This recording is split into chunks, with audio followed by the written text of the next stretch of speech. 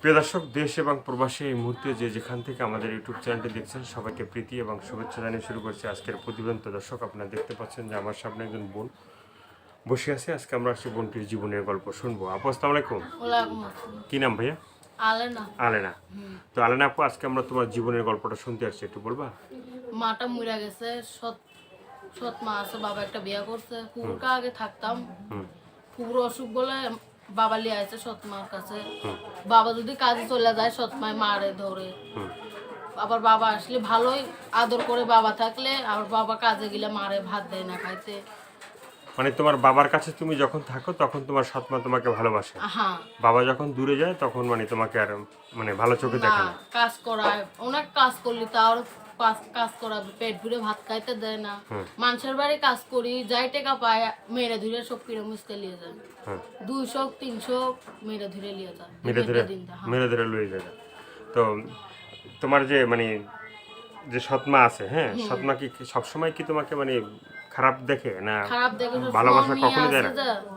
ওর মিয়া ছেলে আছে দুইটা, একজন ছেলে আছে একজন মিয়া। সব সময় বাবা থাকলে ভালোই আদর করে, আর বাবা যখন কাজ চলে যায় মারে ধরে, ভাত দেয় না খাইতে। মানে তোমার মা মারা গেছে কতদিন হয়েছে? ছোট থাকতে মারা গেছে। ছোট থাকতে মারা গেছে। তো এখন কি মানে কুকুর কাছে তো এতদিন থাকতাম, এখন কুকুর অসুখ বলে বাবা লিয়ে এসেছে। সৎ মা কুকুর কাছ থেকে ভালো করে বলছে কষ্ট দেবো না, জ্বালা যন্ত্রণা দেবো। এখন লিয়ে এসে কাজ করায়, জ্বালা যন্ত্রণা দেয়, কষ্ট দেয়। তোমার বয়সটা কত হবে? বয়সটা কত? মানে তোমার বয়স এখন কত হবে? কত বছর বয়স? 18। 18 বছর বয়স। মানে এই আবারও তুমি এই আজকে যে ভিডিওটা করলাম, বাবার কাছে যাবো, বাবার কাছে জিজ্ঞেস করবা যে বাবা বয়সটা কত হবে, হ্যাঁ? তাহলে বাবা বলে দেবে তোমার বয়সটা কত, ঠিক আছে? তো তোমার কি বিয়ে শাদী হয়েছে? না, বিয়ে শাদী হয়নি। বিয়ে শাদী হয় না? ইচ্ছা আছে বিয়ে বসবা? মনের স্বামীর লেখার সংসার করবা? ইচ্ছা তো আছে, মনের লেখার মানুষ হইলে আমার পাশে দাঁড়াইলা তার কাছে বিয়ে বসবো। তার সাথে বিয়ে বসবা? মানে এমনিতে কি কোনো জীবনে প্রেম ভালোবাসা আসছিল মনের ভিতর? না, আসে না?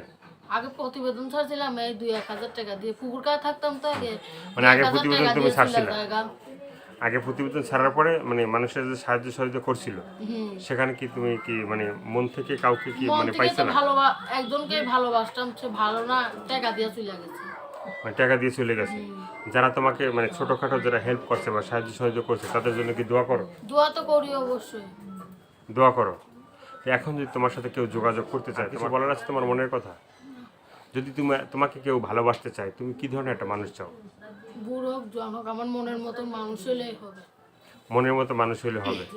সে মানুষটা কি কি আমাকে পাশে দাঁড়াবে, আমার সহযোগিতা করবে, বলবে তুমি আর কাজ করো না, তুমি অন্য বাড়ি ভাড়া থেকে তুমি একা খাও। মিশিং টিশিং আমি তো মিশিং এর কাজ করতে পারি, মিশিং তোমাকে কিনা দিব, তোমাকে ভাড়া বাড়ি করে দেবো, তুমি অন্য জায়গায় যাও, তোমার সৎমার কাছে থাকো না, অন্য জায়গায় ভাড়া থেকে থাকো। তারপর আমি প্রবাসী থেকে আসে তোমাকে নিয়ে যাবো, ওর মনের লেখার মানুষ হইলে বিয়ে হবে। মানে প্রবাসী ছেলেকে বিয়ে করবা? দেশের ছেলেকে বিয়ে করতে চাও না? তো আর কিছু বলতে চাও তুমি? না। দর্শকে আপুর কথাগুলো শুনলেন, ভালো লাগলে অবশ্যই তার পাশে থাকবেন। সাহায্য সহায়তা, প্রেম, ভালোবাসা, বিয়ে সাথী যে যেটা করবে সেটা আপনাদের একান্তই ব্যক্তিগত ব্যাপার। ভালো থাকবেন, সুস্থ থাকুন, প্রতিদিন একটি হলে ভালো কাজ করবে, সেটা হয়তো আপনার জন্য, না হয় দেশের জন্য। এতক্ষণ কষ্ট করে যারা ভিডিওটা দেখলেন তাদেরকে বলি যে চ্যানেলটি সাবস্ক্রাইব করে সঙ্গে থাকবেন, তাহলে আপনার নতুন নতুন ভিডিও পাবেন প্রতিদিন। সবাইকে আল্লাহ হাফেজ, সবাই ভীষণ ভালো থাকেন। আল্লাহ হাফেজ।